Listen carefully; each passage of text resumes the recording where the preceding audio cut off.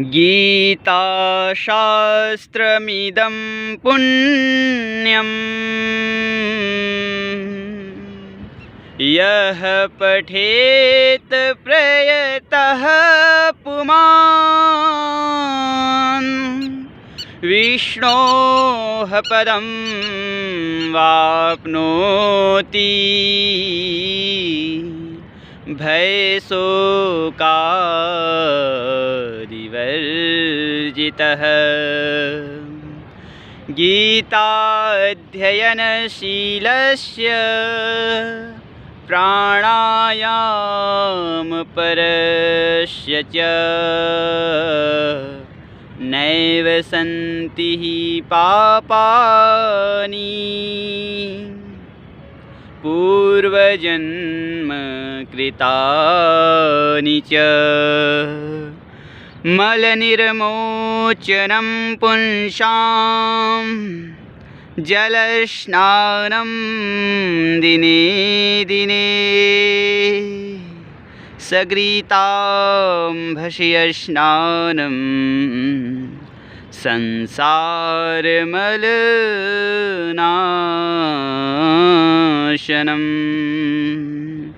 गीता सुगीता कर्तव्या किमन्यैः शास्त्रविस्तरैः या स्वयं पद्मनाभस्य मुखपद्माध्वनिः श्रिता भारतामृतसर्वस्वं विष्णोर्वक्त्राध्वनिः श्रितम्। गीता गङ्गोदकं पीत्वा पुनर्जन्म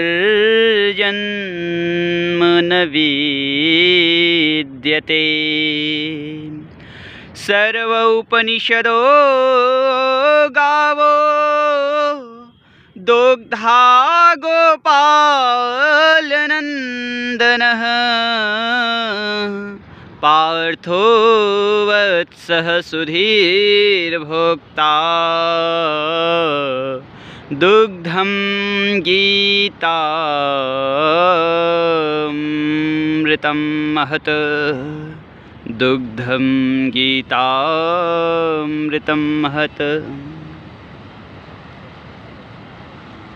एकं शास्त्रं देवकीपुत्र गीतं मेको देवो देवकीपुत्र एव एको मन्त्रस्य नामानि यानि कर्माप्येकं सेवा यानि कर्माप्येकं तस्य देवस्य सेवा। श्री कृष्ण गोविंद हरे मुरारे हे नाथ नारायण वासुदेव। मूकं करोति वाचालं पंगुं लङ्घयते गिरिं यत् कृपातमहं वन्दे परमानंदमाधवम्। ओम श्री परमात्मने नमः। गीता जी की महिमा की बखान करते करते शास्त्र थक जाते हैं, किंतु बखान करने में सक्षम नहीं होते हैं, क्योंकि यह अनिर्वचनीय है। इसका महात्मा अनिर्वचनीय है, क्योंकि परमात्मा अतीन्द्रिय और अनिर्वचनीय है। जो नॉन वर्बल है उसे वर्बल कैसे कहा जा सकता है। फिर भी आप्त पुरुषों ने, कृष्णद्वैपायन वेदव्यास महाभाग ने अपने दिव्य चक्षु से और अंतःकरण की पवित्रता के बल से उस दिव्य शक्ति का आधान किया, जिसके प्रबल प्रभाव से उन्होंने उसका महात्म्य प्रकट किया। माँ भगवती गंगा को साक्षात दंडवत प्रणिपात निवेदित करते हुए इस महात्म्य को आप तक पहुँचाने का प्रयास है। वास्तव में श्रीमद् भगवत गीता का महात्म्य वाणी द्वारा वर्णन करने के लिए किसी का भी सामर्थ्य नहीं है, क्योंकि यह एक परम रहस्यमय नॉवेल ग्रंथ है। इसमें संपूर्ण वेदों का सार संग्रह किया गया है, सार तत्व है। सभी उपनिषद गाय हैं और उस गाय से जो दूध निकल रहा है वो गीता है। इसकी संस्कृत इतनी सुंदर और सरल है कि थोड़ा सा अभ्यास करने से मनुष्य उसको सहज ही समझ सकता है, परंतु इसका आशय इतना गंभीर है कि आजीवन निरंतर अभ्यास करते रहने पर भी उसका अंत नहीं आता। प्रतिदिन नए नए भाव उत्पन्न होते रहते हैं। इससे यह सदैव नवीन सा प्रतीत होता है एवं एकाग्रचित्त होकर श्रद्धा भक्ति सहित विचार करने से इसके पद पद में एक एक शब्दों में बहुत ही परम रहस्य भरा हुआ प्रत्यक्ष प्रतीत होता है। भगवान के गुण, प्रभाव और मर्म का वर्णन जिस प्रकार इस गीता शास्त्र में, इस गीता अमृत में किया गया है, वैसा अन्य ग्रंथों में मिलना जटिल है, क्योंकि प्रायः अन्य शास्त्रों में कुछ न कुछ सांसारिक विषय मिला रहता है। वो आप्त पुरुषों की वाणी रहती हैं। उसमें आप्त पुरुष एक कवि की भांति अपने भगवान का वर्णन करते हैं, भगवान के रूप, लीला, धाम, चरित्र, महात्म्य का वर्णन करते हैं। किंतु यहाँ भगवान साक्षात स्वयं योगारूढ़ हो रहे हैं और उस परम तत्व का ज्ञान दे रहे हैं, ताकि हम सब को प्राप्त हो सके इस शास्त्र के माध्यम से। क्योंकि उनकी गति तो भूत, भविष्य, वर्तमान सब में है। वो तो काल से भी अतीत हैं और उन्होंने इसलिए अपने सुधी जन भक्तों के लिए यह महात्म्य, यह गीता शास्त्र कहा था। भगवान ने श्रीमद् भगवत गीता रूप एक ऐसा अनुपमेय शास्त्र कहा है जिसमें एक भी शब्द सदुपदेश से खाली नहीं है। श्री वेद व्यास जी ने महाभारत में गीता जी का वर्णन करने के उपरांत कह ही दिया है कि गीता सुगीता कर्तव्या किमन्यैः शास्त्र विस्तरैः या स्वयं पद्मनाभस्य मुख पद्माध्वनि श्रुता। अर्थात गीता भली प्रकार चरित्र में उतारने योग्य हैं। गीता का एक श्लोक यदि व्यक्ति अपने चरित्र में उतारे तो उसका लोक और परलोक दोनों सधता है। केवल एकमात्र श्लोक को यदि वो आत्मसात कर ले तो गीता जी भली प्रकार पढ़कर अर्थ और भाव सहित अंतःकरण में धारण कर लेना मुख्य कर्तव्य है, जो कि स्वयं पद्मनाभ भगवान श्री हरि के मुखारविंद से निकली हुई हैं। अन्य शास्त्रों के विस्तार से फिर क्या प्रयोजन है। अर्थात यदि हम गीता शास्त्र को ही ठीक से समझें, उसको सही से समझें, इस अमृत तत्व का सार तत्व जो है अनासक्ति, निष्कामता, समत्व बुद्धि, योगारूढ़ होकर के कर्तव्य निर्वहन, नियत कर्म को करना, लोक कल्याण के लिए सदैव समर्पित रहना, सत्यभाषी होना और सत्य के पथ पर चलना, ये जो तत्व गीता का है ये सभी शास्त्रों का ये निचोड़ है। सभी शास्त्रों में गीता रूपी तत्व निहित ही रहता है और वह शास्त्र तभी तक सार्थक है जब तक वहाँ गीता का तत्व मिल रहा है।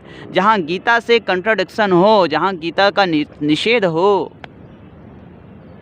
वहाँ वो शास्त्र देश काल परिस्थिति अनुकूल उचित हो सकता है कहीं कहीं, किंतु वस्तुनिष्ठ रूप से सत्य नहीं हो सकता है। और हमारे जितने भी शास्त्र हैं, सनातन शास्त्र हैं, जितने भी वेदांग हैं, उपनिषद हैं, ब्रह्मसूत्र हैं, वेद हैं इत्यादि, पुराण इत्यादि, सभी गीता के समर्थन में ही हैं। उनका कहीं भी गीता से निषेध नहीं है। इसलिए भी गीता का महत्व अनन्य है, अद्वितीय है।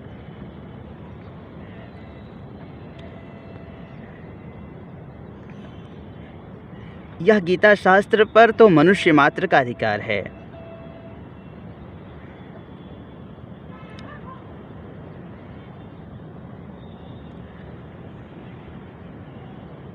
शास्त्रानुकूल पद्धति से इसका पारायण करना चाहिए, उसे आत्मसात करना चाहिए और इसके हिंदी अर्थ को अपने जीवन में सभी को चरितार्थ भी करना चाहिए। उसे तो ज़रूर धारण कर लें में उसे समझिए भाव सहित उसको, किंतु वह भगवान में श्रद्धालु हो, भक्ति युक्त अवश्य होने चाहिए, क्योंकि भगवान इसे अपने भक्तों में ही इसका प्रचार करने के लिए आज्ञा दी है। तथा वह यह भी कहते हैं कि स्त्री, वैश्य, शूद्र और पापयोनि भी भगवान श्री हरि के परायण होकर परम गति को प्राप्त होते हैं। स्त्रियो वैश्यास तथा शूद्रास्त्यपि यान्ति पराम गतिम। अपने अपने स्वाभाविक कर्मों द्वारा मेरी पूजा करके अर्थात भगवान श्री हरि की पूजा करके मनुष्य परम सिद्धि को प्राप्त होते हैं। स्वे स्वे कर्मण्यभिरतः संसिद्धिं लभते नरः। ब्राह्मण, क्षत्रिय, वैश्य, शूद्र सभी अपने अपने नियत जो निर्धारित कर्तव्य कर्म हैं उसको करते हुए निष्ठापूर्वक भगवान श्री हरि के चरणारविंदों में समर्पित करके अपनी निष्ठा को, यदि वो समर्पण भाव से, समत्व भाव से अपने कर्म को करें अनासक्त होकर के निष्काम भाव से, तो उनको वही परम गति प्राप्त होती है। सभी को परम गति एक है, अल्टीमेट रियलिटी एक है, मोक्ष एक है।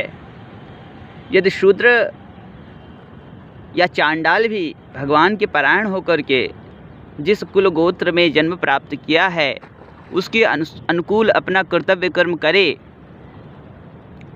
तो उसे भी वही अल्टीमेट रियलिटी प्राप्त होगी जो ब्राह्मण को अपनी तपश्चर्या से प्राप्त हो रही है। अर्थात जो तप, तपस्या, दान, ईश्वर की प्रति प्राणिधान, आराधना, तपस्या, त्याग के पश्चात जो परम गति एक ब्राह्मण को प्राप्त हो रही है वही सेवा भाव से शूद्र को प्राप्त हो रहा है। फलचौर्य नहीं है हमारे यहाँ।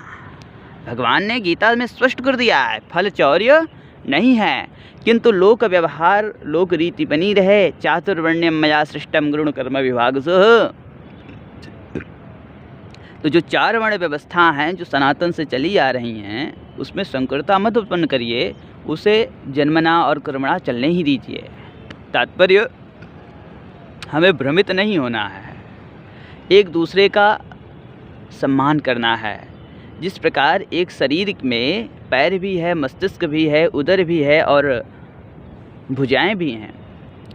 यदि पैर पर संकट आए तो भुजा तुरंत उस संकट को टालने के लिए भरसक प्रयास करता है, यहाँ तक कि यदि हाथ की बलि भी चढ़ जाए तो भी उसे स्वीकार्य रहता है। प्रज्ञा शक्ति पूरी अपनी बुद्धिमत्तापूर्ण तरीकों का प्रयोग करता है और उस पैर को बचाने का प्रयास करता है। और पैर जब चलता है तो प्रज्ञा शक्ति और भुजाओं को साथ में लेकर के चलता है। यही हमारी सामाजिक व्यवस्था है।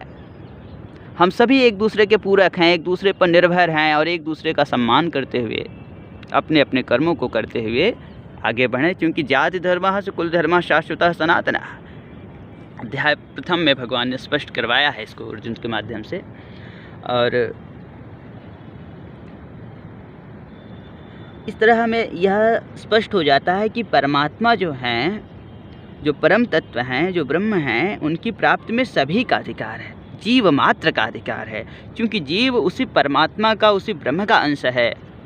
ईश्वर अंश जीव अविनाशी, इसलिए उस परम तत्व को प्राप्त करने के हेतु सभी जीवों का समान अधिकार है। परंतु उक्त विषय के मर्म को न समझने के कारण बहुत से मनुष्य जिन्होंने गीता जी का केवल नाम मात्र ही सुना है कह दिया करते हैं कि गीता तो केवल सन्यासियों के लिए ही है। वे अपने बालकों को भी इसी भय से गीता जी का अभ्यास नहीं करते हैं कि गीता के ज्ञान से कदाचित लड़का घर छोड़कर सन्यासी हो जाए। कदाचित शब्द का प्रयोग ही नहीं करते हैं। प्रायः लोग यही समझते हैं कि यदि मैं गीता को आत्मसात करा दिया बच्चे को तो वो सन्यासी बन जाएगा, इसलिए गीता तो पढ़ाते ही नहीं। और इस परंपरा ये चली आई कि गीता को लोग भूल गए। कोई अड़गड़ानंद महाराज हैं, तो कोई इस्कॉन के हैं प्रभुपाद जी, तो कोई फला फला फला फला। जितने थोड़ा सा लोग चिंतन कर लेते हैं तो बस एक गीता लिख देंगे और उसी का प्रचार प्रसार करने लगे, कहेंगे बस यही सब कुछ है। मूल ग्रंथ तक लोग पहुँच ही नहीं पा रहे हैं आजकल की, तो स्थिति इतनी दयनीय हो जा रही है। लेकिन जब गुरु गोविंद और ग्रंथ की कृपा हो जाती है, भगवान के प्रति यदि वास्तविक श्रद्धापूर्वक समर्पण है, उसे पाने की चाह है, तो सद्गुरु का मिलान सुनिश्चित है, सदग्रंथ तक पहुंचना सुनिश्चित है। यदि इन 3 अवयवों में से कोई एक अवयव आपका उचित है, पक्का है, टक्कर का है, तो आप भ्रमित नहीं हो सकते हैं बाबा। गुरु गोविंद और ग्रंथ, यदि तीनों में से एक में भी आपने यथार्थ तत्व को, किसी एक यथार्थ को पकड़ लिया, तो बाकी 2 को वो स्वयं पकड़ा देंगे। ये प्रभु की माया है, ये प्रभु की लीला है। इसलिए भगवान के प्रति निष्ठा यदि सच्ची रहेगी, उन्हें पाने की सच्ची निष्ठा रहेगी, तो उन्हें हम खोज निकालेंगे, सही गुरु हम प्राप्त कर लेंगे, सही शास्त्र को प्राप्त कर लेंगे। जो लोग की विदंतियाँ और अफवाहें फैला रहे हैं धर्म के नाम पर, वर्ण के नाम पर, इन सब के सही स्वरूप को हम समझ पावेंगे, और जो मूल तत्व है, जो सनातन तत्व है, उसकी जड़ तक जा पावेंगे। और यदि हम उस तत्व को आत्मसात करेंगे अपने जीवन में, तो हमें अखंड आनंद की प्राप्त होगी, हमें एक अद्भुत रस का पान कर होगा, जो सदैव हमें आनंदित रखता है, परमानंद की ओर आकर्षित करता है, जिसका जो वाणी द्वारा कहने योग्य नहीं है, वो अनुभूति गम्य है। That is the only for realisable, not for experience. तो इस प्रकार गीता जो है केवल सन्यासी के लिए नहीं है, गीता पर सबका अधिकार है। देखिए, थोड़ा विचार करिए। मोह के कारण छात्र धर्म से विमुख होकर भिक्षा के अन्न से निर्वाह करने के लिए तैयार हुए अर्जुन ने जिस परम रहस्यमय गीता के उपदेश से आजीवन गृहस्थ में रहकर अपने कर्तव्य का पालन किया, उस गीता शास्त्र का उल्टा परिणाम किस प्रकार हो सकता है कि लड़का आपका सन्यासी बन जाएगा? नहीं, ऐसा कभी नहीं होगा। भगवान ने कहा कि कर्मयोग जो है वो तभी फलीभूत होगा, वो तभी सिद्ध होगा, जब उसके मूल में सांख्य योग निहित हो, अर्थात ज्ञान योग, अर्थात संन्यास योग निहित हो। कर्म करना है, लेकिन कर्म में आपकी आसक्ति नहीं होनी है। कर्म के फल के प्रति आपकी आसक्ति नहीं होनी है, फल नहीं चाहिए, फल के प्रति कामना से आतुर होकर के नहीं करना है। अर्थात सिद्ध सिद्ध्यो समो भूत्वा समत्वम योग उच्यते।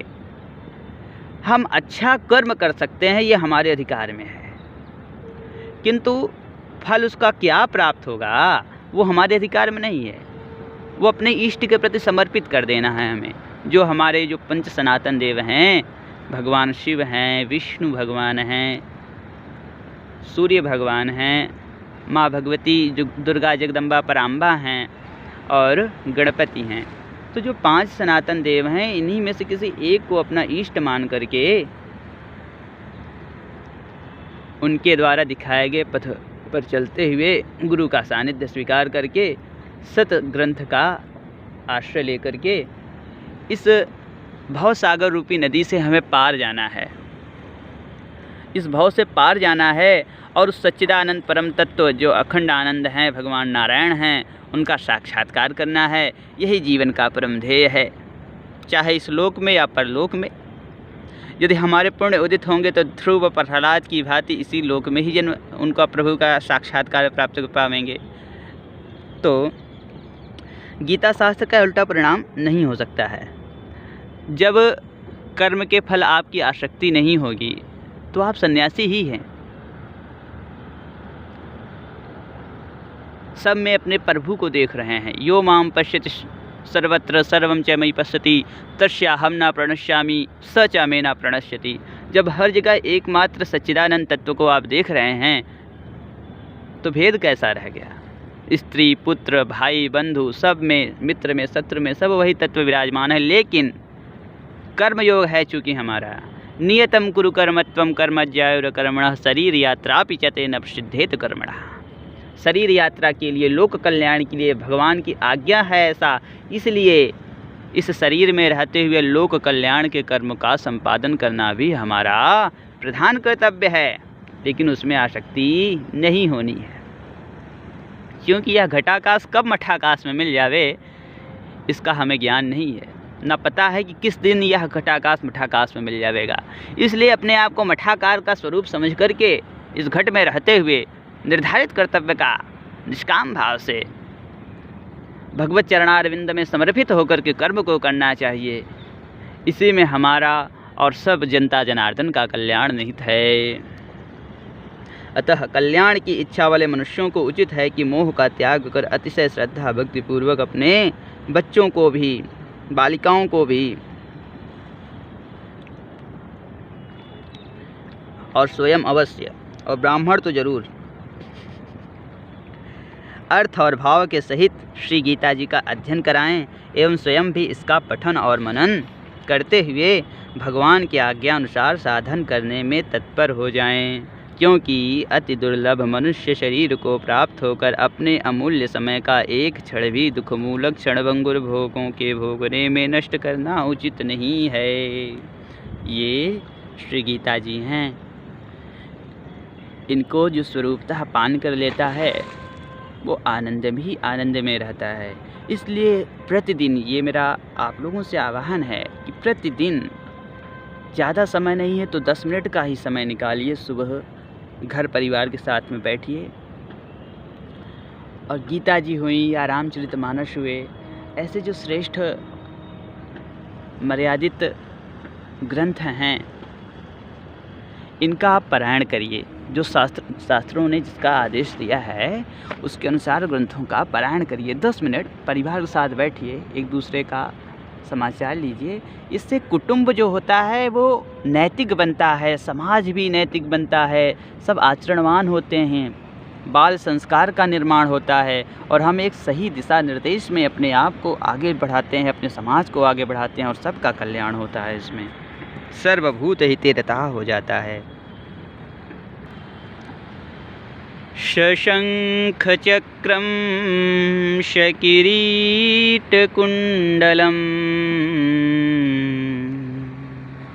सपीतवस्त्रं सरसीरुहे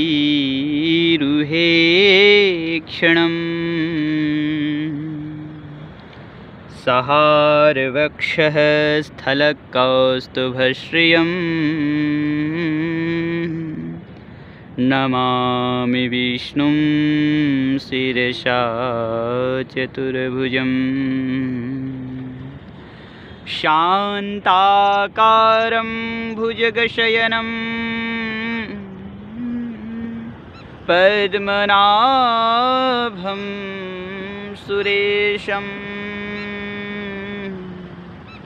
विश्वाधारं गगनसदृशं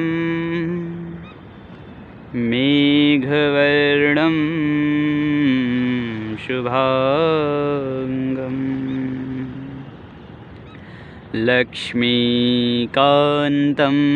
कमलनयनं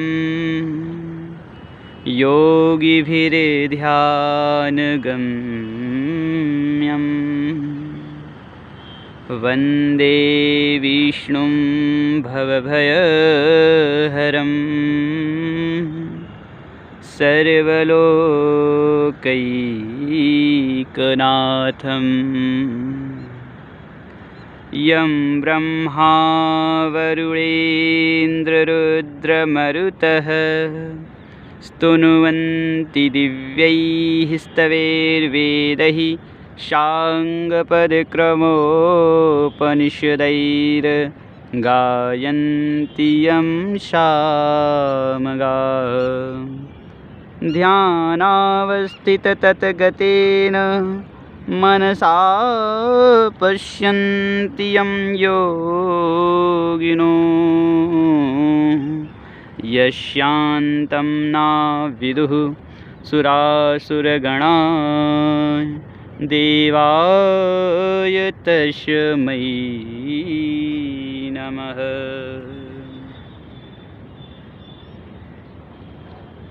जिनकी आकृति अतिशय शांत है, जो शेषनाग की शैया पर शयन किए हैं, जिनके नाभि में कमल है, जो देवताओं के भी ईश्वर और संपूर्ण जगत के आधार हैं, जो आकाश के सदृश सर्वत्र व्याप्त हैं, नील मेघ के समान जिनका वर्ण है, अतिशय सुंदर जिनके संपूर्ण अंग हैं, जो योगियों द्वारा ध्यान करके प्राप्त किए जाते हैं, जो संपूर्ण लोकों के स्वामी हैं, जो जन्म मरण रूप भय का नाश करने वाले हैं, ऐसे लक्ष्मीपति कमल नेत्र भगवान विष्णु को मैं सिर से प्रणाम करता हूँ। ब्रह्मा वरुण इंद्र, रुद्र और मरुदगण दिव्य स्तोत्रों द्वारा जिनकी स्तुति करते हैं, साम वेद के गाने वाले अंग, पद, क्रम और उपनिषदों के सहित वेदों द्वारा जिनका गान करते हैं, योगी जन ध्यान में स्थित तद्गत हुए मन से जिनका दर्शन करते हैं, देवता और असुरगण कोई भी जिनके अंत को नहीं जानते, उन परम पुरुष नारायण देव के लिए मेरा नमस्कार है।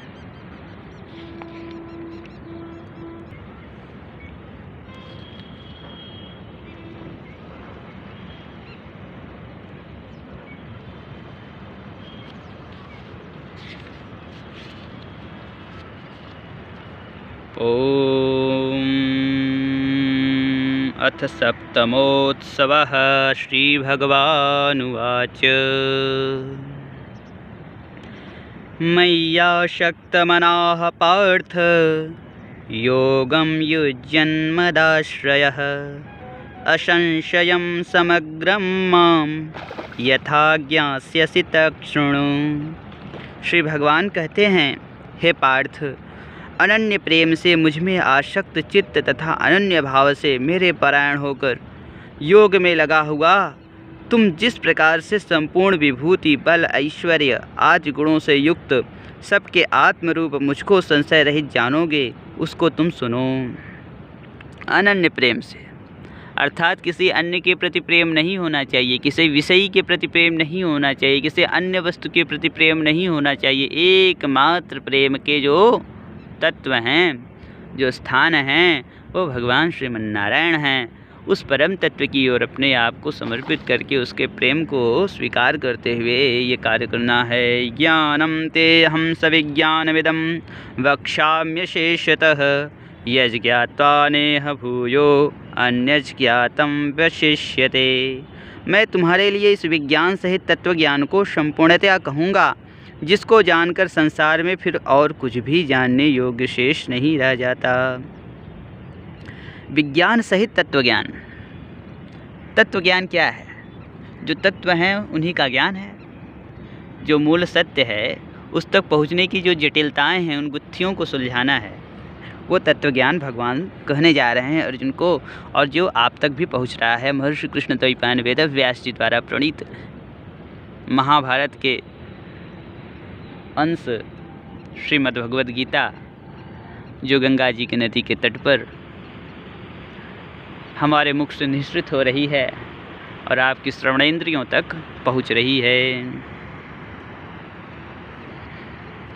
मनुष्याणां सहस्रेषु कश्चित् ततिसिद्धये यततामपि सिद्धानां कश्चिन्मां वेत्ति तत्त्वतः। हजारों मनुष्यों में कोई एक मेरी प्राप्ति के लिए यत्न करता है, अर्थात भगवान की प्राप्ति के लिए हजारों मनुष्यों में कोई एक उनको यत्न करता है, और उन यत्न करने वाले योगियों में भी कोई एक मेरे परायण होकर मुझको तत्व से अर्थात यथार्थ रूप से जानता है।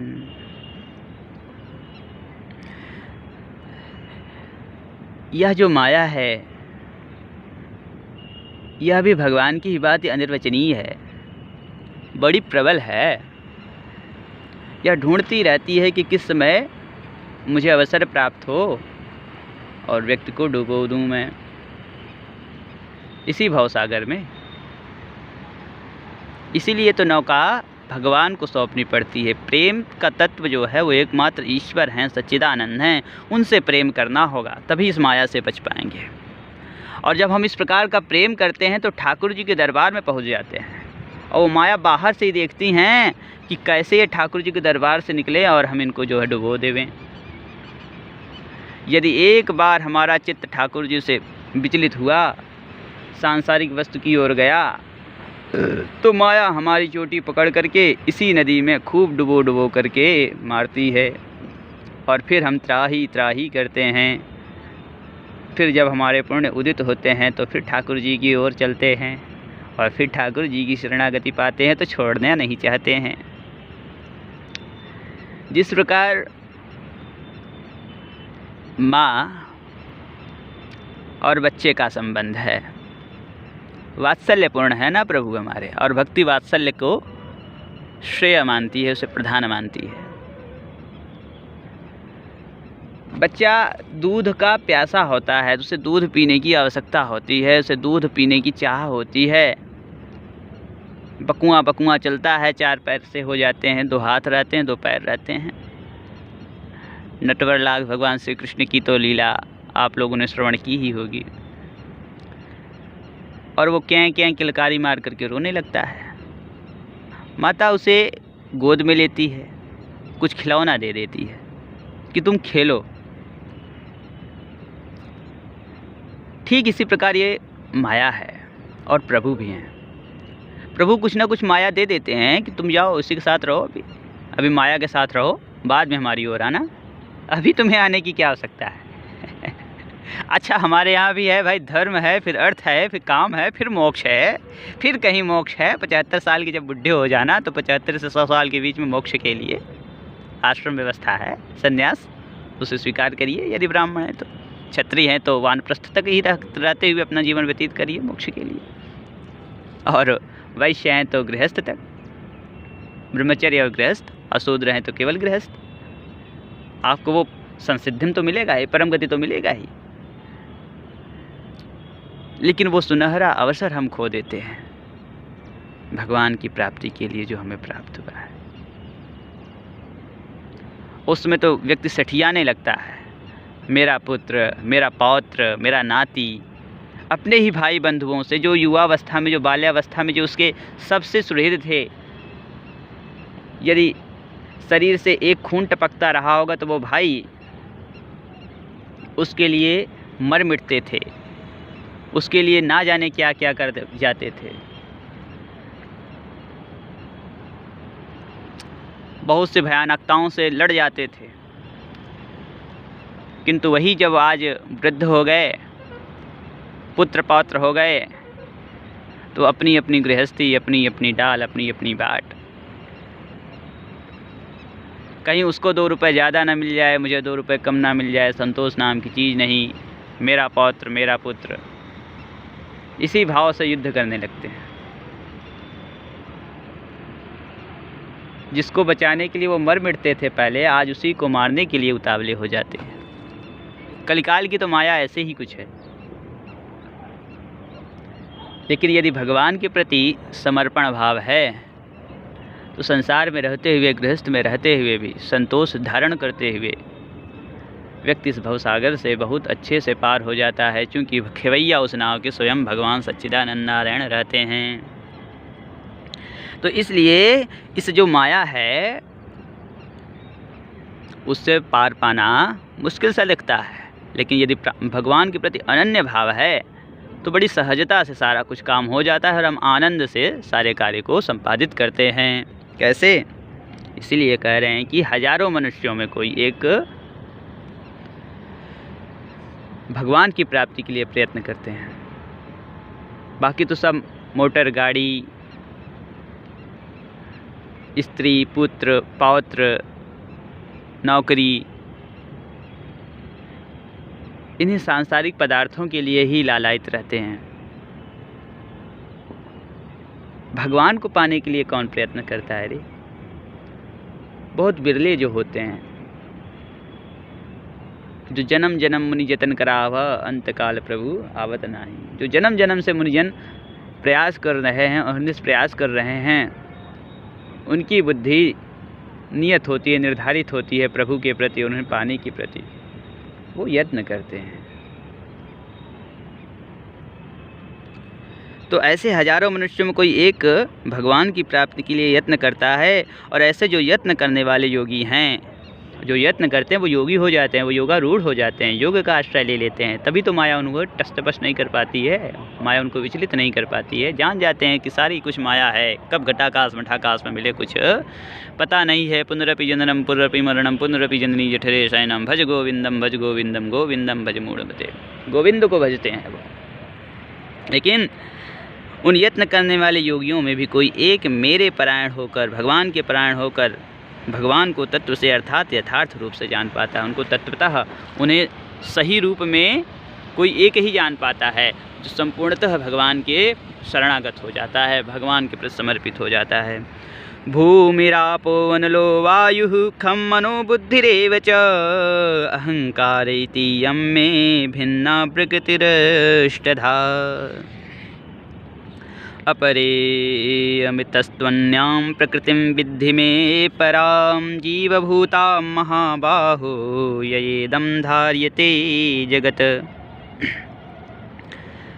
पृथ्वी, जल, अग्नि, वायु, आकाश, मन, बुद्धि और अहंकार, इस प्रकार यह 8 प्रकार से विभाजित भगवान की प्रकृति है।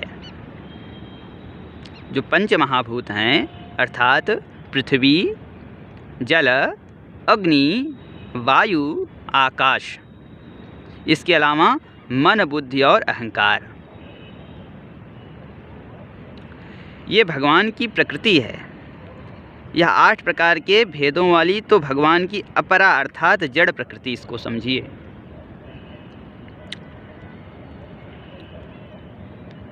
और हे महाबाहो, इससे दूसरी को जिससे यह संपूर्ण जगत धारण किया जाता वह प्रभु की जीव रूपा परा अर्थात चेतन प्रकृति है।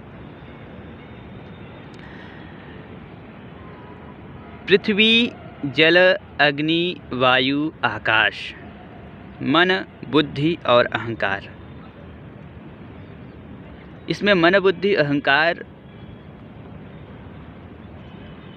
अलग तत्व हैं, किंतु जो पंच भौतिक तत्व का नाम लिया इसमें आकाश मूल तत्व है और आकाश तत्व से वायु तत्व की निष्पत्ति होती है और आकाश और वायु के माध्यम से अग्नि तत्व की निष्पत्ति होती है। फिर आकाश, वायु और अग्नि तत्व के माध्यम से जल तत्व की निष्पत्ति होती है। फिर आकाश, वायु, अग्नि और जल तत्व के माध्यम से पृथ्वी तत्व की निष्पत्ति होती है।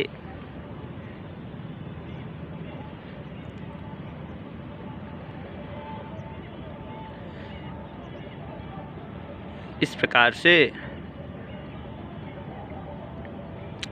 सृष्टि प्रक्रिया भी आगे बढ़ती है और इसमें जब मन, बुद्धि और अहंकार को मिला देते हैं तो 8 प्रकार से विभाजित भगवान की अपरा प्रकृति होती है जो जड़ प्रकृति है। और इसके अलावा जो दूसरा है जिससे यह संपूर्ण जगत धारण किया जाता है वो भगवान की जीव रूपा परा प्रकृति है। तो भगवान की कितनी प्रकृतियाँ? 2 प्रकृतियाँ, परा प्रकृति और अपरा प्रकृति। अपरा प्रकृति जड़ प्रकृति है जिसके 8 भेद हैं, पृथ्वी, जल, अग्नि, वायु, आकाश, मन, बुद्धि, अहंकार, तथा इससे जो भिन्न परा प्रकृति है भगवान की वो जीव रूपा परा प्रकृति है। एतद्योनीनि भूतानि सर्वाणीत्युपधारय अहं कृतस्तस्य जगतः प्रभवा प्रलयस्तथा। हे अर्जुन, तुम ऐसा समझो कि संपूर्ण भूत इन दोनों प्रकृतियों से ही उत्पन्न होने वाले हैं और मैं संपूर्ण जगत का प्रभव तथा प्रलय हूँ, अर्थात संपूर्ण जगत का मूल कारण हूँ। उदय स्थान भी हूँ, निलय स्थान भी हूँ, पालन तो करता ही हूँ। भगवान यहाँ सांख्य योग को आश्रय लिए हैं, सांख्य योग के माध्यम से स्पष्ट कर रहे हैं सृष्टि प्रक्रिया को कि ये जो पुरुष और प्रकृति हैं इन्हीं से संसार चल रहा है। बाबा, जो पुरुष है वो जीव है और जो प्रकृति है वो 8 भेदों वाली अपरा प्रकृति भगवान की है। और सभी प्राणी इन प्रकृति से ही उत्पन्न होते हैं।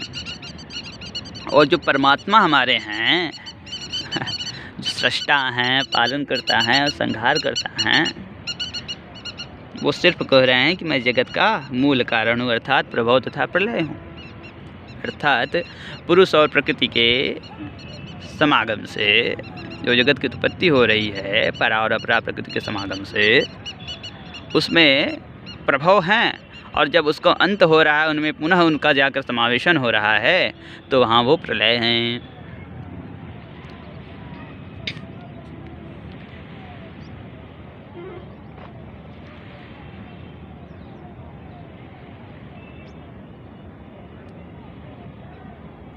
मत्तः परतरं नान्यत् किंचिदस्ति धनंजय मयि सर्वविदं प्रोतं सूत्रे मणिगण इव। हे धनंजय, मुझसे भिन्न दूसरा कोई भी परम कारण नहीं है। यह संपूर्ण जगत सूत्र में सूत्र के मणियों के सदृश मुझ में गुथा हुआ है। भगवान ने कह दिया, मया तद्विदं सर्वं जगदव्यक्तमूर्तिना मत्स्थानि च भूतानि न चाहं ते स्वस्थिता न च मतस्थानि भूतानि पश्य मे योगमैश्वरं भूतभिर्न च भूतस्थो ममात्मा भूतभावनः। भगवान हर जगह हैं, उनसे भिन्न तो कोई सत्ता नहीं है, कोई कण भी नहीं है। तो जैसे एक सूत्र होता है, धागा होता है, उस सूत्र में जो मणि गुथे होते हैं, उसी प्रकार ये जगत जो है, जो जगत है, जो मैटर है, जो बना हुआ तत्व है, वो उस धागे में गुथा हुआ है। तो धगवा तो हर जगह है ना बाबा। जैसे हम घड़े का निर्माण करें, घड़ा का है, हम घड़ा हैं, ठीक है, लेकिन मूल तत्व तो ये है कि वो मिट्टी है, उसमें मिट्टी तो मिला ही है ना, मिट्टी तो है, मिट्टी से तो घड़ा बना है। घड़ा को नाश कर देंगे, फोड़ देंगे तो वो मिट्टी में मिल जाएगा। तो मेकर मैटर दोनों हैं, निमित्तोपादान कारण है। भगवान स्पष्ट कर रहे हैं इस चीज़ को। हे धनंजय, मुझसे भिन्न दूसरा कोई भी परम कारण नहीं है। यह संपूर्ण जगत सूत्र में सूत्र के मणियों के सदृश मुझ में गुथा है। रसो अमप्सु कौन्तेय प्रभास्मि सूर्यो प्रणव सर्ववेदेषु शब्दाखे पौरुषम नृषो। हे अर्जुन, मैं जल में रस हूँ, चंद्रमा और सूर्य में प्रकाश हूँ, संपूर्ण वेदों में ओमकार हूँ, आकाश में शब्द और पुरुषों में पुरुषत्व हूँ। फंडामेंटल तत्व जो हैं, मौलिक तत्व जो हैं, भगवान नारायण हैं। पुण्यो गंधः पृथिव्यां च तेजस्यास्मि विभावशौ जीवनं सर्वभूतासु तपस्यास्मि तपस्विषु। मैं पृथ्वी में पवित्र गंध और अग्नि में तेज हूँ तथा संपूर्ण भूतों में उनका जीवन हूँ और तपस्वियों में तप हूँ। यहाँ पृथ्वी में पवित्र गंध का तात्पर्य है शब्द, स्पर्श, रूप, रस, गंध। इस प्रसंग में इनके कारण रूप तन्मात्राओं का जो ग्रहण होता है, इस बात को स्पष्ट करने के लिए उनके साथ पवित्र शब्द जोड़े गए हैं। जैसे आकाश तत्व है, पृथ्वी तत्व है, जल तत्व है, अग्नि तत्व है, वायु तत्व है। तो यहाँ आकाश तत्व का जो गुण है वो शब्द है, वायु का स्पर्श है, अग्नि का रूप है, जल का रस है और पृथ्वी का गंध है। पुण्यो गंधः पृथिव्यां च तेजस्यास्मि विभावसौ जीवनं सर्वभूतेषु तपस्यास्मि तपस्विषु। मैं पृथ्वी में पवित्र गंध और अग्नि में तेज हूँ तथा संपूर्ण भूतों में उनका जीवन हूँ और तपस्वियों में तप हूँ। बीजं मां सर्वभूतानां विद्धि पार्थ सनातनं बुद्धिर्बुद्धिमतामस्मि तेजस्तेजस्विनामहं। हे अर्जुन, तुम संपूर्ण भूतों का सनातन बीज प्रभु को ही जानो। मैं बुद्धिमानों की बुद्धि और तेजस्वियों का तेज हूँ। बलं बलवतां चाहं कामराग विवर्जितं धर्माविरुद्धो भूतेषु कामोऽस्मि भरतर्षभ। हे भरत श्रेष्ठ, मैं बलवानों का आसक्ति और कामनाओं से रहित बल अर्थात सामर्थ्य हूँ और सब भूतों में धर्म के अनुकूल अर्थात शास्त्र के अनुकूल काम हूँ। शास्त्र के प्रतिकूल काम नहीं हूँ, ध्यान रखने की बात है। शास्त्र के अनुकूल काम हूँ। काम तो हूँ, धर्म हूँ, अर्थ भी हूँ, काम भी हूँ, मोक्ष भी मैं हूँ। मैंने ही ये व्यवस्था बनाई है। लेकिन धर्म के अनुरूप काम की क्रिया किससे संपन्न करना है, इसका निर्धारण भी हमने किया है। शास्त्र में निर्धारण किया है कि स्वपत्नी के साथ ही काम की क्रिया का संपादन करें, पर स्त्री के साथ नहीं, बेटी बहनों के साथ में नहीं। इसलिए गीता यह अनिवार्य हो जाता है कि विद्यालयों में, प्राथमिक शिक्षा में भी, मीडियम शिक्षा में भी और उच्चतर शिक्षा में भी गीता को अनिवार्य रूप से लागू किया जावे, या किसी भी एक अच्छे शास्त्र को, धर्मशास्त्र को लागू किया जावे जो सनातन विधा के हों। तब तो हमारे हिंदू धर्म के जो सनातन मानबिंदुएँ हैं उनकी रक्षा हो पावेगी। अन्यथा सब भटक जा रहा है। मैकाले शिक्षा नीति जब से आई है, पूरी प्रक्रिया मैकाले तरह से पाश्चात्य हो चुकी है।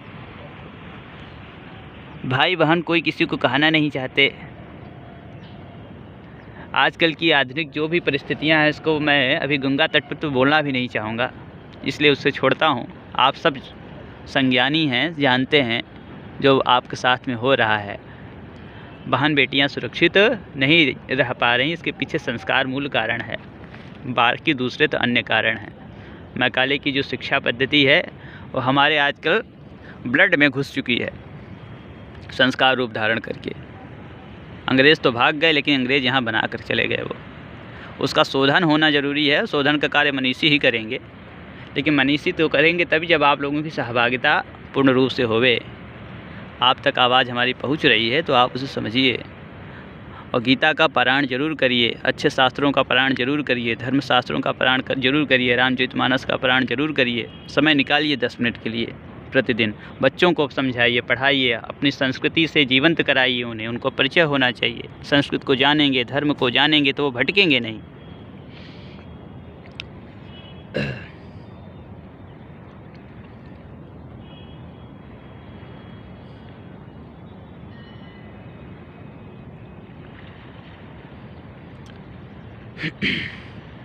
तो कहने का तात्पर्य है, शास्त्रानुकूल काम हूँ। ये चैव सात्विका भावा राजसास्तमशाश्च ये मत्तेवेति तान् विद्धि न त्वं तेषु ते मयि। और भी जो सत्व गुण से उत्पन्न होने वाले भाव हैं और जो रजोगुण तथा तमोगुण से होने वाले भाव हैं, उन सबको तुम मुझसे ही होने वाले समझो, परंतु वास्तव में उनमें मैं और वे मुझ में नहीं हैं, क्योंकि वो त्रिगुणात्मक हैं। त्रिभिर्गुणमयैर्भावैरेभिः सर्वमिदं जगत् मोहिनं नाभिजानाति मामेभ्यः परमव्ययम्। गुणों के कार्य रूप सात्विक, राजस और तामस, इन तीनों प्रकार के भावों से यह सारा संसार प्राण समुदाय मोहित हो रहा है। इसीलिए इन तीनों गुणों से परे मुझ अविनाशी को नहीं जानता। त्रिगुणात्मक जो प्रकृति है, यानी सत्व गुण जब बढ़ता है तो ऊर्ध्वगामी हो जाता है व्यक्ति। जो प्रकृति है वो त्रिगुणात्मक है। यदि प्रकृति में तीनों गुणों की साम्यावस्था आ जावे ना, तो प्रलय आ जाए, सब कुछ ठहर जाएगा, विषमावस्था आती। किसी के पास रजोगुण रहता है, किसी के पास सतोगुण रहता है, किसी के पास तमोगुण रहता है। कलिकाल में तमोगुण की प्रधानता ज़्यादा रहती है, लेकिन फिर भी भगवान को बीज की रक्षा तो अभीष्ट है ही है, इसलिए धर्म की रक्षा स्वाभाविक है। देखिए, सत्य का सदैव जय रहता है, चाहे वो कलिकाल हो या कुछ भी हो। क्योंकि कोई कितना भी असतभाषी हो, कोई कितना भी अधर्मी क्यों ना हो, पापी क्यों ना हो, वो चाहता है कि उसके पास जो रहे उसका कोई सत्यनिष्ठ, उसका निष्ठावान कोई सत्यवादी हो, उसके प्रति वो विश्वसनीय रखता हो, जिस पे वो विश्वास कर सके। इसलिए सत्य की सत्ता स्वतः स्वयं उद्भाषित है। व्यक्ति भटक गया है, बस इतना ही है, काल के गाल में समा चुका है। तो ये सत्व रज और तम हैं, सब उसी में होने वाले हैं, इस प्रकृति में है, लेकिन भगवान सब में होते हुए भी उनमें नहीं हैं। त्रिभिर्गुण भय मयैर्भावैरेभिः सर्वमिदं जगत् मोहिनं नाभिजानाति मामेभ्यः परमव्ययम्। गुणों के कार्य रूप सात्विक, राजस और तामस, इन तीनों प्रकार के भावों से यह सारा संसार प्राण समुदाय मोहित हो रहा है। इसीलिए इन तीनों गुणों से परे मुझ अविनाशी को नहीं जानता, परमात्मा को नहीं जानता। दैवीर्होषा गुणमयीमं माया दुरत्यया मामेव ये प्रपद्यन्ते मायामेतां तरन्ति ते। क्योंकि यह अलौकिक अर्थात अति अद्भुत त्रिगुणमयी मेरी माया बड़ी दुस्तर है, परंतु जो पुरुष केवल मुझको ही निरंतर भजते हैं, अनन्याश्चिन्तयन्तो मां ये जनः परिपासते तेषां नित्याभियुक्तानां योगक्षेमं भाम्याम्। भगवान की ये वाणी है। वे इस माया को उल्लंघन कर जाते हैं, अर्थात संसार से तर जाते हैं। अनन्यता होनी जरूरी है। संशय विपर्यों का शमन कर दीजिए, उसका नाश कर दीजिए। आत्मावारे द्रष्टव्य, श्रोतव्य, मंतव्य, निधिध्यासितव्य। श्रवण करिए, गुरुमुखी से चिंतन करिए और फिर उसे आत्मसात कर लीजिए। बाबा प्रभु के प्रति शरणागति हो जाइए, आपका शरणागत हो जाए, सरेंडर हो जाए, अपने आप को भगवान को समर्पित कर दें। अनन्यता आ जाए, अन्य कोई विकार ना रह जाए। आज देखो, धर्म के नाम पे ना जाने कितने आडंबर हो रहे हैं। आडंबर का तात्पर्य ये है कि धर्म का नाम ही आडंबर के रूप में कर दिया गया ना। मुस्लिम को भी धर्म मान लिए हैं, ईसाई को भी धर्म मान लिए हैं, वगैरह वगैरह धर्म। सनातन तत्व को भूलते जा रहे हैं सब। सुप्रीम कोर्ट से लेकर के हाई कोर्ट, चाहे दिल्ली का हो, अमेरिका का हो, कहीं भी चले जाओ, सनातन मान बिंदु सब भूल गए हैं। लेकिन कल्याण उसी में निहित है जो सनातन मान बिंदु को स्वीकार कर ले। हमारी इतनी समृद्ध संस्कृति, विश्व गुरु भारत आज इस प्रकार लपेट में आ चुका है। तो जो कहने का तात्पर्य यही है कि धर्म एक है, वो सनातन धर्म है, जिसे आज हिंदू धर्म के नाम से कहते हैं। जहाँ गीता का तत्व निहित है वो सभी सनातन तत्व हैं और सनातन में हैं। उन्हें इधर उधर भागने की आवश्यकता नहीं है, बौद्ध के नाम पे, जैन के नाम पे, सिख के नाम पे वगैरह वगैरह। अपने मूल तत्व की ओर आइए और सब मिल कर के एक अच्छे सभ्य समाज का निर्माण करेंगे। हाँ, तो भगवान की जो माया है बड़ी दुस्तर है। इसे पार पाने के लिए एकमात्र भगवान का नाम ही आश्रय है, भगवान की शरणागति ही आश्रय है। यदि अनन्य भाव से हम उनके शरण हो जाते हैं तो ये माया से हम तर जाते हैं। मम माया दुरत्यया मामेव ये प्रपद्यन्ते माया मेताम तरन्ति ते। क्योंकि जब हम अनन्य भाव से उनके हो जाते हैं तो वो योगक्षेम का स्वयं भी निर्वहन करते हैं, ऐसा उन्होंने स्वयं उद्घोष किया है। लेकिन अनन्यता होनी जरूरी है। नामाम दुष्कृतिनो मूढ़ा प्रपद्यन्ते नराधमाः मायाया प्रहत ज्ञानासुरं भावमाश्रिताः। माया के द्वारा जिनका ज्ञान हरा जा चुका है, ऐसे असुर स्वभाव को धारण किए हुए मनुष्यों में नीच दूषित कर्म करने वाले मूढ़ लोग प्रभु को नहीं बचते हैं। जिनका माँ का अर्थ है नहीं, या का मतलब जो अर्थात जो है ही नहीं वही माया है। और इसके द्वारा जिन पुरुषों का ज्ञान हरा जा चुका है, ऐसे नीच दूषित कर्म करने वाले व्यक्ति भगवान को नहीं बचते हैं, उनको नहीं मानते हैं। वो कहते हैं कि हम आस्तिक नहीं हैं, हम नास्तिक हैं। चतुर्विधा भजन्ते माम जनाः सुकृतिनो अर्जुन आर्तो जिज्ञासुरर्थार्थी ज्ञानी च भरतर्षभ। हे भरतवंशियों में श्रेष्ठ अर्जुन, उत्तम कर्म करने वाले अर्थार्थी, आर्त, जिज्ञासु और ज्ञानी, ऐसे 4 प्रकार के भक्तजन मुझको भजते हैं। भगवान को जो लोग भजते हैं उसमें 4 प्रकार के भक्त होते हैं। पहला आर्त है, जो संकट निवारण के लिए भजता है भगवान को। किसी रोग हुआ, कोई रोग हो गया, उसके निवारण के लिए, या कोई संकट आ गया उसके निवारण के लिए भगवान से प्रार्थना करता है, वो भी भक्त है भगवान का, आर्त भक्त है, आर्त भक्त है वो। दूसरा अर्थार्थी भक्त है, जो सांसारिक पदार्थों की प्राप्ति के लिए भजता है। पुत्र, पुत्री, स्त्री, बंधु बांधव, नौकरी इत्यादि जो सांसारिक पदार्थ हैं, सोना चांदी हीरा मोती यश इत्यादि की प्राप्ति के लिए जो भजते हैं, वो अर्थार्थी भक्त हैं। और तीसरा जो भक्त है वो जिज्ञासु है, जो प्रभु को यथार्थ रूप से जानने की इच्छा से भजता है।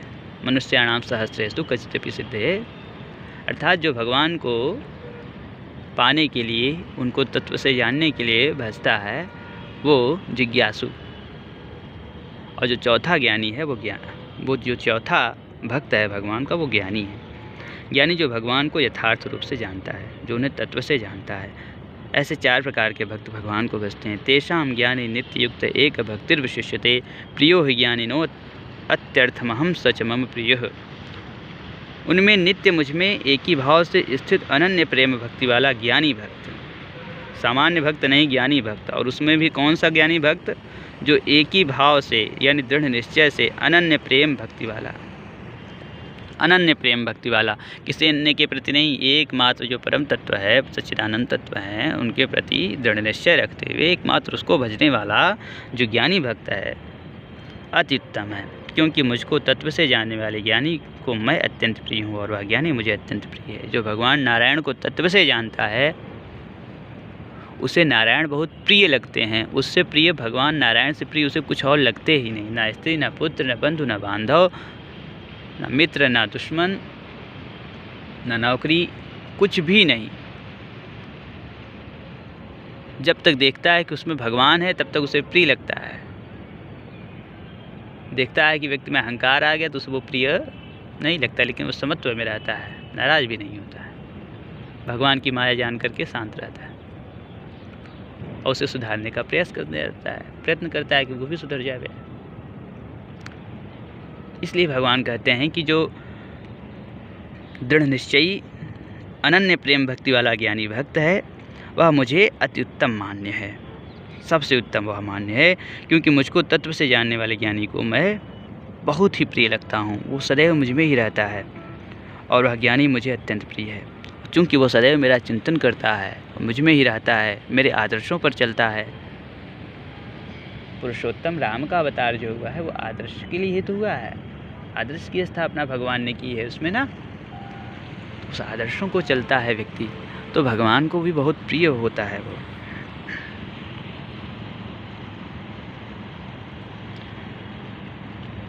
उदाराः सर्व एवैते ज्ञानी त्वात्मैव मे मतम् आस्थितः सः युक्तात्मा मामेवानुत्तमां गतिम्। ये सभी उदार हैं, परंतु ज्ञानी तो साक्षात मेरा स्वरूप ही है। आर्त, अर्थार्थी, जिज्ञासु सभी उदार हैं, तभी तो भगवान की भक्ति करते हैं। नहीं तो कोई शनिचर के प्रति भागेगा कोई बाबा के पास जाएगा। आजकल तो मज़ारों पर भी लोग जाने लगे हैं। हमारे धर्म की विडंबना है, निष्ठा नहीं है ना, तभी तो मज़ार पर भाग रहे हैं। और भगवान कह रहे हैं कि मुझे अनन्यता चाहिए। शनि भी भगवान के द्वारा निर्धारित किए गए ग्रह नक्षत्र हैं, हिंदू धर्म में ही आते हैं, ठीक है, करनी चाहिए पूजा, लेकिन भगवान को अनन्यता प्रिय है। पंच सनातन तत्वों में जो पंचदेव हैं हमारे, उन्हें अनन्यता प्रिय है। इस चीज़ पर भगवान कृष्ण की वाणी मत समझ लीजिएगा गीता को। जो परम तत्व है, जो मूल तत्व है सनातन का, बिंदु का, वो तत्व बोल रहे हैं यहाँ पे। वो शिव हैं, वही भगवती दुर्गा हैं, वही गणेश हैं, वही सूर्य हैं, वो तत्व बोल रहे हैं। उन्हें अनन्यता प्रिय है, उनके ऊपर निष्ठा होनी आपकी ज़रूरी है, समर्पण होना ज़रूरी है। इसलिए कहते हैं कि हमारे अन्य जो 3 भक्त हैं वो उदार हैं, क्योंकि उनमें अनन्यता तो है, परंतु ज्ञानी तो साक्षात मेरा स्वरूप ही है, ऐसा मेरा मत है। क्योंकि वह मदगत मन बुद्धि वाला ज्ञानी भक्त अति उत्तम गति स्वरूप मुझ में ही अच्छी प्रकार स्थित रहता है। जो ज्ञानी भक्त होता है वो भगवान में ही स्थित रहता है। बहूनां जन्मनामन्ते ज्ञानवान् मां प्रपद्यते वासुदेवः सर्वमिति स महात्मा सुदुर्लभः। बहुत जन्मों के अंत के जन्म में तत्व ज्ञान को प्राप्त पुरुष सब कुछ वासुदेव ही हैं, इस प्रकार मुझको बचता है वह महात्मा अत्यंत दुर्लभ है, बहुत ही दुर्लभ है। बहुत जन्मों में तो जब व्यक्ति यत्न करता है, प्रयास करता है, तब उसकी जो प्रारब्ध उदित होते हैं तो किसी जन्म में जाकर के उसमें दृढ़ निश्चयात्मिका बुद्धि प्राप्त हो जाता है कि वासुदेव ही सब कुछ हैं। वासुदेव से भिन्न तो कुछ है ही नहीं, एकमात्र भगवान नारायण ही सब कुछ हैं, वही परम तत्व सच्चिदानंद तत्व ही सब कुछ है। और ऐसा जो महात्मा है सुदुर्लभ है, बहुत ही सुंदर है, और वो दुर्लभ है, दुर्लभ है।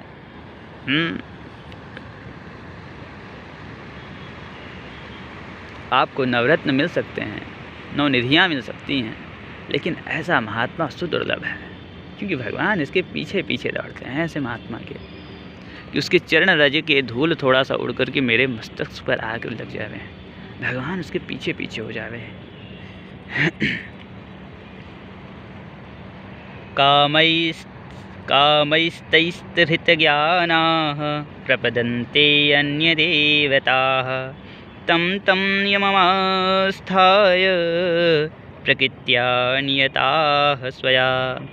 उन भोगों की कामना द्वारा जिनका ज्ञान हरा जा चुका है, वे लोग अपने स्वभाव से प्रेरित होकर उस नियम को धारण करके अन्य देवताओं को भजते हैं, अर्थात पूजते हैं।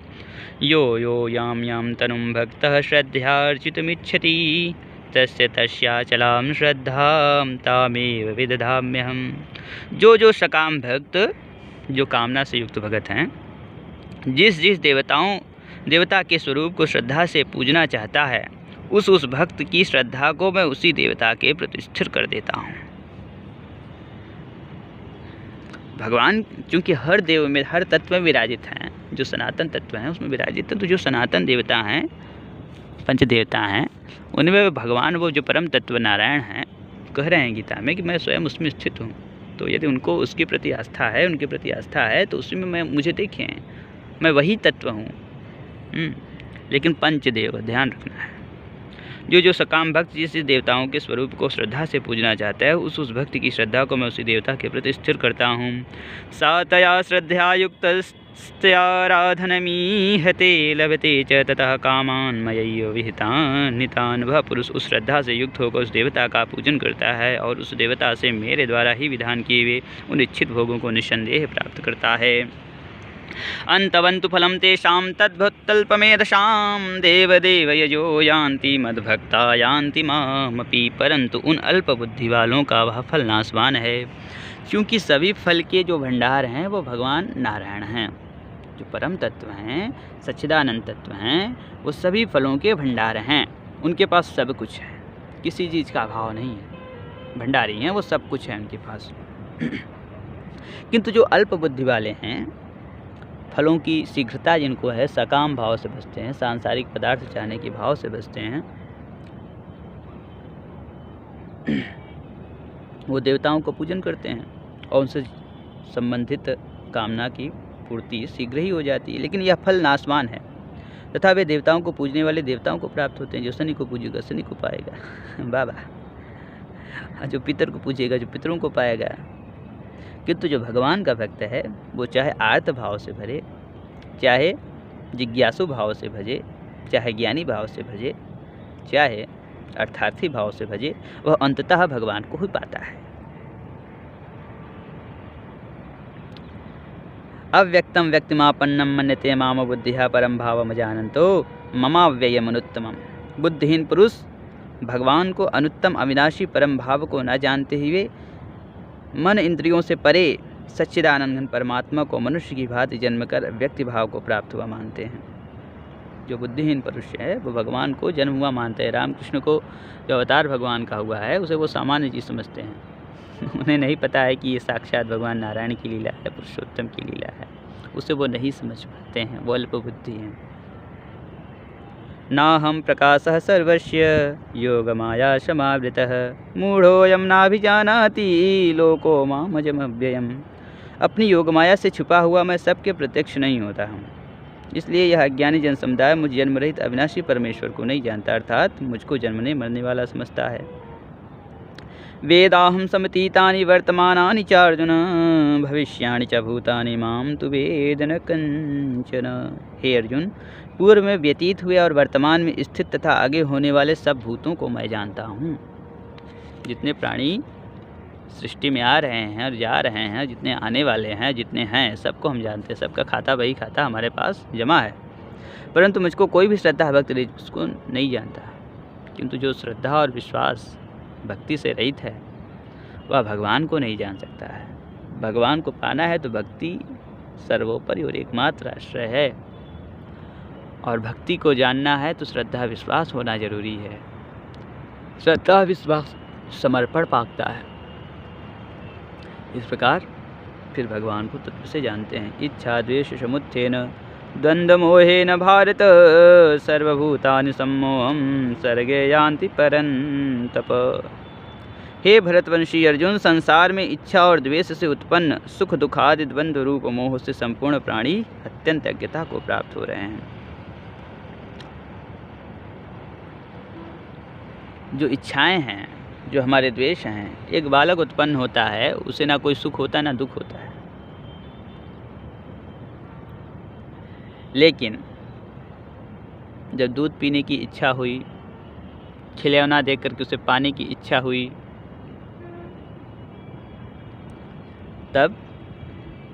तब उसे उस इच्छाओं के फलस्वरूप सुख दुख का अनुभव होता है। यदि उसे अमुक खिलौना की प्राप्ति होगा भी तो बड़ा खुशी हो के हे किलकारियाँ मार करके खेलने लगता है। किंतु खिलौने की प्राप्ति नहीं होती तो रुदन करने लगता है, खिलौना दो खिलौना दो खिलौना दो। ठीक इसी प्रकार से इच्छाओं का कभी दमन तो होता ही नहीं है। और द्वेष की भावना जैसे जैसे व्यक्ति बड़ा होता जाता है तो पहले आपस में द्वेष की फला व्यक्ति प्रतिस्पर्धी है मेरा कॉलेज में, तो काम करते हैं ये हमसे आगे ना जा पावे, इसके लिए कुछ ऐसी युक्ति जोड़ते हैं इसका पतन हो जावे या आगे ना बढ़ पावे। ये द्वेष की भावना है ना। फिर वही भाई बंधुओं में द्वेष करता है, समाज में द्वेष करता है, जहाँ जाता है हर जगह द्वेष करता है। तो ये सब बाधक हैं। इच्छा और द्वेष से उत्पन्न सुख दुखादि द्वंद्व रूप मोह से संपूर्ण प्राणी अत्यंत अज्ञता को प्राप्त हो रहे हैं, अज्ञान में ढके हुए हैं, माया में ढके हुए हैं। मम माया दुरत्या, भगवान की माया को पार पाना कोई स्वाभाविक थोड़ी ना, जब तक अनन्यता नहीं आएगी। अनन्यता होगी तभी माया से आप पार पावेंगे। ये शाम त्वंतगतम पापम जनानां पुण्यकर्मणां ते द्वंद्वमोह निर्मुक्ता भजन्ते मां दृढ़व्रताः। परंतु निष्काम भाव से श्रेष्ठ कर्मों का आचरण करने वाले जिन पुरुषों का पाप नष्ट हो गया है, वे राग द्वेष जनित द्वंद्व रूप मोह से मुक्त दृढ़ निश्चयी भक्त मुझको सब प्रकार से भजते हैं। कैसे? सततम कीर्तयन्तो माम ये जनः पर्युपासते। भगवान को सतत भजते हैं, सभी प्रकार से भजते हैं। श्रवणं कीर्तनं विष्णोः स्मरणं पादसेवनम् अर्चनं वन्दनं दास्यं सख्यम् आत्मनिवेदनम्। सखा भाव में, मित्र भाव में, दास्य भाव में, भक्त के भाव में, हर भाव से वो उसी को भजते हैं। सब में उसी को देखते हैं, क्योंकि पितृ में, माता में, पुत्री में, पुत्र में, पत्नी में, हर जगह उसी एकमात्र परम तत्व को, उसी मात्र भगवान नारायण को देखते हैं।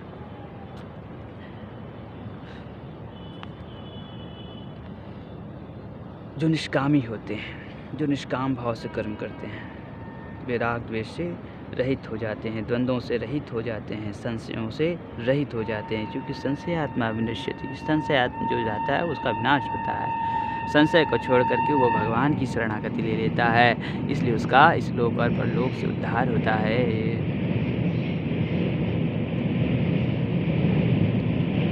जरा मरण मोक्षाय मामाश्रित्य यतन्ति ये ते ब्रह्म तद्विदुः कृतस्नमध्यात्मं कर्म चाखिलम्। जो मेरे शरण होकर जरा और मरण से छूटने के लिए यत्न करते हैं, वे पुरुष उस ब्रह्म को, संपूर्ण अध्यात्म को, संपूर्ण कर्म को जानते हैं। जो भगवान के प्रति समर्पित भाव से इस सृष्टि को, रहस्य को जानने का प्रयास करते हैं एवं बार बार की आवाजाही की जो प्रक्रिया है, जन्म लेने की प्रक्रिया है और मृत्यु होने की प्रक्रिया है, इसे जानने का प्रयास करते हैं, इससे मुक्त होने का प्रयास करते हैं, वो भगवान को तत्व से जान लेते हैं। तभी तो मुक्ति मिलेगी ना बाबा। ज्ञान, भक्ति, योग,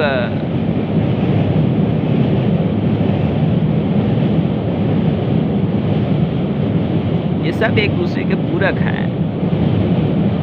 जब भक्ति की परानिष्ठा होती है तो ज्ञान स्वयं पुष्पित हो जाता है।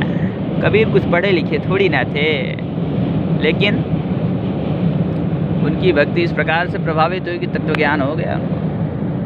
बोलने लगते थे, मसिकागा छुए नहीं, कलम गए नहीं यार, लेकिन बोलते थे। वो परम तत्व बुलवा रहा था, वो तो साक्षी भाव से बोल रहे थे, वो नारायण बुलवा रहे थे। कबीर तो एक निमित्त मात्र थे। जैसे देखिए आपको दिखाते हैं, ये नदी है, गंगा जी का जल है, ठीक है। गंगा जी के जल में देखिए धारा तीव्रता से प्रवाहित हो रही है, और तीव्र प्रवाह में देखिए लहरें कैसे उफान मार रही हैं, ठक ठक ठक ठक ठक, देखिए, और बुलबुले प्रवाहित होते चले जा रहे हैं।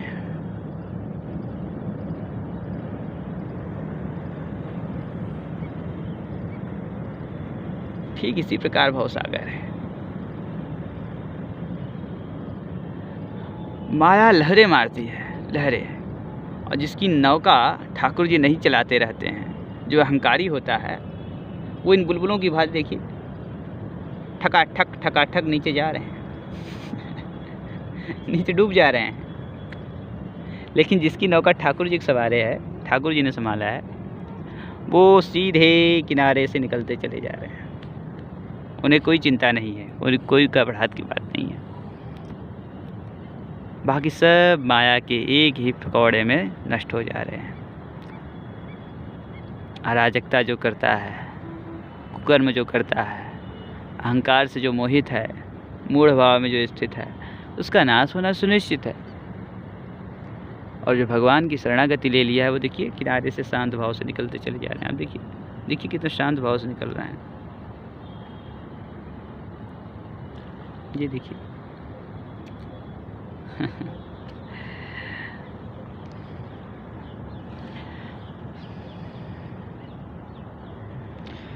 तो जो भगवान के शरण होकर जरा मरण से छूटने के लिए प्रयत्न करते हैं वो अर्थार्थी, जिज्ञासु, ज्ञानी, ये जो भगत हैं भगवान को, वो ब्रह्म को, संपूर्ण आध्यात्म को और संपूर्ण कर्म को जान जाते हैं। साधिभूताधिदैवं माम साधियज्ञं च ये विदुः प्रयाणकालेऽपि च मां ते विदुर्युक्तचेतसः। जो पुरुष अधिभूत और अधिदैव के सहित तथा अधियज्ञ के सहित सबका आत्मरूप मुझे अंतकाल में भी जानते हैं और वे युक्त चित्त वाले पुरुष मुझे जानते हैं अर्थात प्राप्त हो जाते हैं। जो भी प्राणी भगवान को अधिभूत और अधिदैव के सहित जानने का प्रयास करता है वह भी भगवान को अंतकाल में जानता है और उनके परायण होकर के परम गति को प्राप्त होता है। अधिभूत क्या है, अधिदैव क्या है, अधियज्ञ क्या है,